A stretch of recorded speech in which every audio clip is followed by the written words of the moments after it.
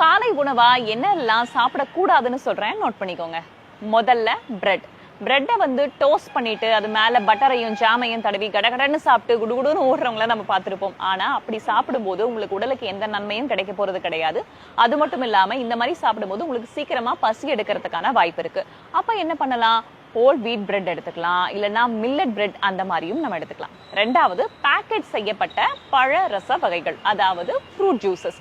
அதை நாம எடுத்துக்கும் போது நன்மை எதுவுமே கிடைக்கிறது கிடையாது. ஏன்னா அதுல சுகர் லெவல் உங்களுக்கு அதிகமா இருக்கலாம். ஃபைபரை ஃபுல்லா எடுத்துட்டு வெறும் ஜூஸ் சுகர் அந்த மாதிரி தர்றதுனால சாஃப்ட் ட்ரிங்க்குக்கும் இதுக்கும் பெருசா ஒன்றும் வித்தியாசம் இல்லைங்க அப்படின்னு மருத்துவர்கள் சொல்றாங்க. அப்ப என்ன பண்ணலாம்? ஃப்ரெஷ்ஷா கட் செய்யப்பட்ட ஃப்ரூட்டை நீங்க ஒரு பவுல்ல போட்டு நல்லா சாப்பிடலாம். மூணாவது, இப்ப ரொம்பவுமே பிரபலமா இருக்கிற யோகட். யோகட்ல ப்ரோபயோட்டிக் அதிகமா இருக்கிறதுனால பலராலும் இப்ப அறியப்படுது. ஆனா அதுல பண்ற தப்பு என்ன அப்படின்னா, ஃபிளேவர்ட் யோகட்டா எடுத்துக்கிறது. அதாவது